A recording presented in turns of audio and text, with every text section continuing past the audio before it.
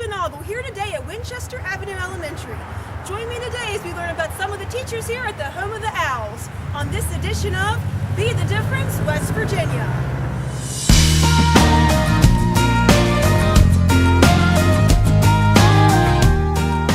We're here with Erin Collings. She teaches Title I reading here at Winchester Avenue. Hi Erin, how are you? Hi there, very good.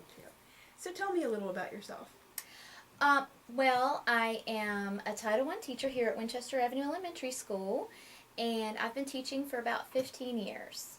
I'm originally from Elkton, Maryland, but I decided to go to school at West Virginia University, and when I went to school there, I just fell in love with West Virginia.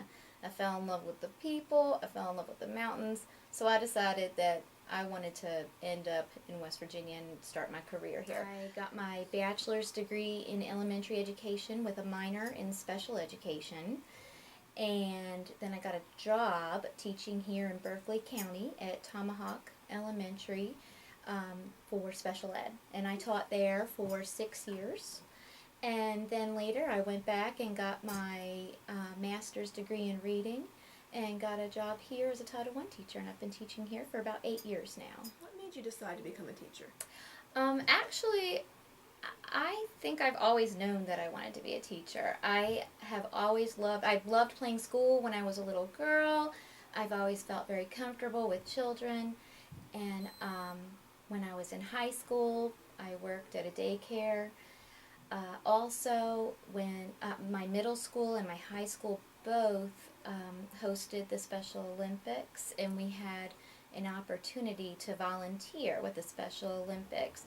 And I'm pretty sure that was a big impact in my being a volunteer and how rewarding it was to work with those kids. That was a big determiner in me realizing that this is something that I want to do for the rest of my life. What is your favorite thing about being a teacher and teaching reading? I think the best thing for me about being a teacher is when I'm able to work with a student that's struggling and having a difficult time, and when I can give them some tools so that they can become a better reader, and when they notice it themselves and the light bulb just kind of goes off for them. It's the best feeling in the world as a teacher. So what are some of the ways that you use to get your students excited about reading? Well, I think one of the big things that I use is my own enthusiasm for reading. All the students know that my favorite hangout place is either a bookstore or the library. And every time I go into one, I'll come back and I'll share my experience with them. And I usually find a few books that I can share with them, and I get real excited about it.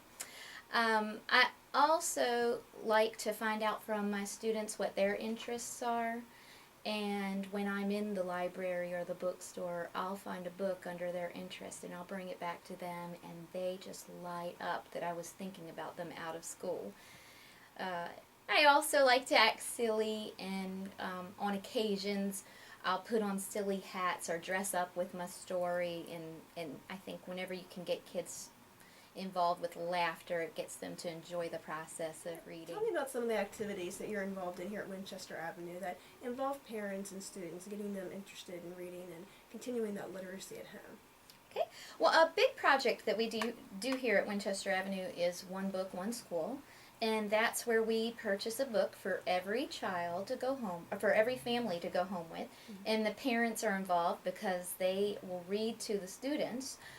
And we usually have a really good participation with that program. And then at the very end, when we're done the book, the Title I team will put together a culminating family activity. And we'll put together themes from the book, and families will come around and circulate and do those activities. Last year we did the book The Chocolate Touch, which was fantastic. And since it was the chocolate touch, we also threw in health, so the kids, one of the activities that was one of their favorites was we had jump rope books that they made, and we gave out jump ropes, and they got to jump rope with their family and sing their jump rope runs. And last year, we also, within our team meeting, we decided that we wanted to reach the parents that weren't coming into the building. For whatever reason they had, that we were finding that there were some parents we wanted to talk with, and maybe they just weren't comfortable coming to the building. So we found a recreation room by some local apartment complexes, and we held a parent meeting in the recreation room.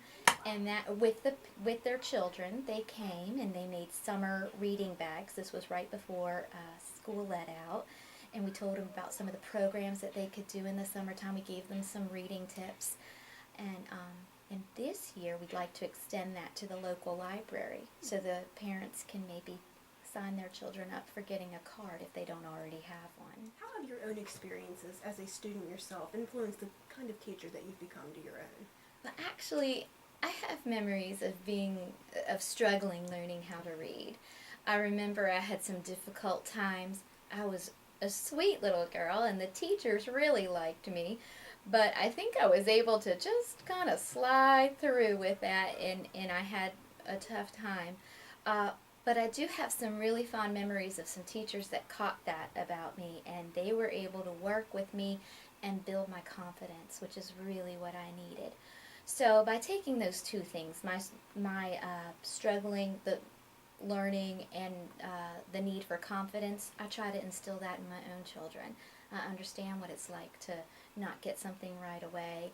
I understand and show them patience, and then I do everything I can to boost their confidence. What is a misconception about the education profession that you wish you could clear for the public? I think the biggest misconception might be that teachers' workday ends at 3:30 or whatever time your school lets out. We put several hours in after school. We work on the weekends. We work throughout the summertime. And the reason why we do is because we take our students in as our own family. They become a part of our little family and we want the very best for them. So I don't mind putting those hours in, but I definitely do it and I work a much longer day than the regular work day. We're here with Kathy Chapman. She teaches pre-kindergarten here at Winchester Avenue. Hi Kathy, how are you? Hi, I'm fine, Erin. How are you? Good. So tell me a little about yourself. I am a pre-K teacher. I've done this with Winchester Avenue School for the past 7 years. Before that I had taught with Head Start here in Berkeley County, and prior to that I had a child care center and I had been a home child care provider. I have been doing this for about 24 years now, so I've sort of come up through the ranks and learned a lot of different methods of pre-K. Born and reared here in Berkeley County. In fact, this was my first grade classroom. Went to Winchester Avenue and graduated from Martinsburg High and went to Shepherd University. Graduated from Shepherd, and I earned my master's from Concordia University in St. Paul, Minnesota, and then I also have earned an administrative certification from Salem University here in West Virginia as well. What made you decide to become a teacher? I backed into it as one of those stories. When my son was born, I worked for the Martinsburg Journal, and I was looking for a child care provider for him, and so I thought, well, I'll just stay home and open up a small home child care. And then that grew into a little bit larger business, so I opened up the state calls a family facility child care.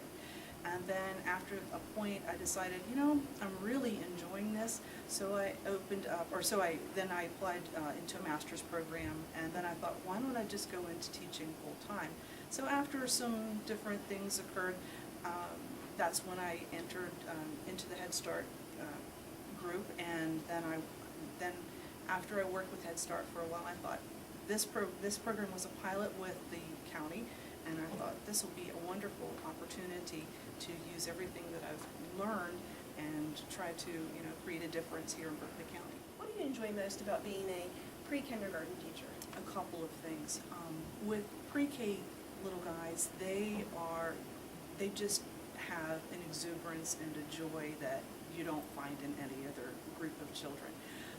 Everything is new, everything is amazing. They just are thrilled, once they learn that this is a really interesting place and there's something new that they are going to learn. They love being here. They bounce in the door every day and they're glad to be here. And the other thing that I really enjoy working with them is that when they master a concept, they literally walk away taller. I mean, you can see them just, I did that, and so they're so excited. And when you can give them their first experiences in learning certain aspects, it's just a joy to do that. Tell me about some of the activities that you're doing now in your classroom that are getting your students excited about learning. One of the big aspects of pre-K is to help them with social emotional. So that's one of our larger things that we embed throughout the day is social emotional understanding and how to get along and work together in a group. So we do a lot of community building with them so that they learn how to work with their friends and how to solve disagreements appropriately, how to make their voice heard in an appropriate way. Some other things that we do, we use authentic lessons. We don't use any flashcards or we don't use any worksheets or anything like that. For instance, we have worked with our amaryllis. They got to grow that from a bulb, and they've been watching it grow. So then as it grew, we measured it with Unifix cubes. So they learned non-standard measurement. We counted those Unifix cubes every day, added on, and then we also created a pattern. And we have two classes, so we had one for the morning and one for the afternoon. And we do other things, like this is another counting activity where they'll roll the dice and then count how many dice are there and then put the appropriate number of holly berries onto the holly leaves. What are the benefits to students of being involved in a pre-kindergarten program? The benefits, I think, are that they have an assurance about, they begin to be assured about what school is going to be about. It's not their very first opportunity. This is an opportunity for them to learn from other children, learn from adults, and learn how we would behave in a public school system. There's an old saying that young children are like sponges, and that is true. But what it actually means is that they have so many neural connections in their very early years, and if we give them information for those neural connections to be connected, then that helps their experience bank to begin to grow. When they don't have those experiences, those neural connections are actually pruned away. So this gives them an opportunity to be exposed to pre-reading, gives them an opportunity to be exposed to language and vocabulary, so that they will begin to have, like I said, a larger bank of information with which to be successful. How do you involve your students' families in the learning process in your classroom? They are involved in so many different ways, and we don't encourage just coming in and volunteering in the classroom. One of the ways that parents can be involved is to work with their children at home, and we do encourage that, where we might send home some information on the newsletter regarding, hey, you can do this with just materials that you have in your own kitchen or your own home workshop or outside with natural materials. These are ways that you may already be teaching your child and you didn't even know it. So help them to understand that just little things like reading to their child for 20 minutes a day will improve their vocabulary, will improve their own understanding of reading in such a huge way, and that's such a small amount of time and such an easy thing to do. They can go to the library, get books for free, take them home, read them, spend a few minutes of time, and that's a social emotional bond and connection. And so those are the kinds of things that we help parents to understand. What's one thing that you wish the public understood about what it means to be a teacher? What it means to be a teacher, I would like folks to understand that we don't just stop what we're doing at 3:30. The really dedicated teachers are thinking of new ways. They're spending time over the summer, they're spending time on a weekend, they're spending time on a holiday. They're thinking and trying to find new ways to help their learners be successful. It's not just a 9-to-5 situation. I will see teachers in the parking lot at 7 o'clock in the morning, and I'll see that same teacher here until 4:30 or 5 in the afternoon, long past when the classes are over. They're still working on making sure that their students are going to be successful. That's all for this edition of Be the Difference, West Virginia. Join me next time as we learn more about the teachers here in beautiful Berkeley County. Until then, I'm Erin reminding you to be different, but more importantly, be the difference. I'll see you soon.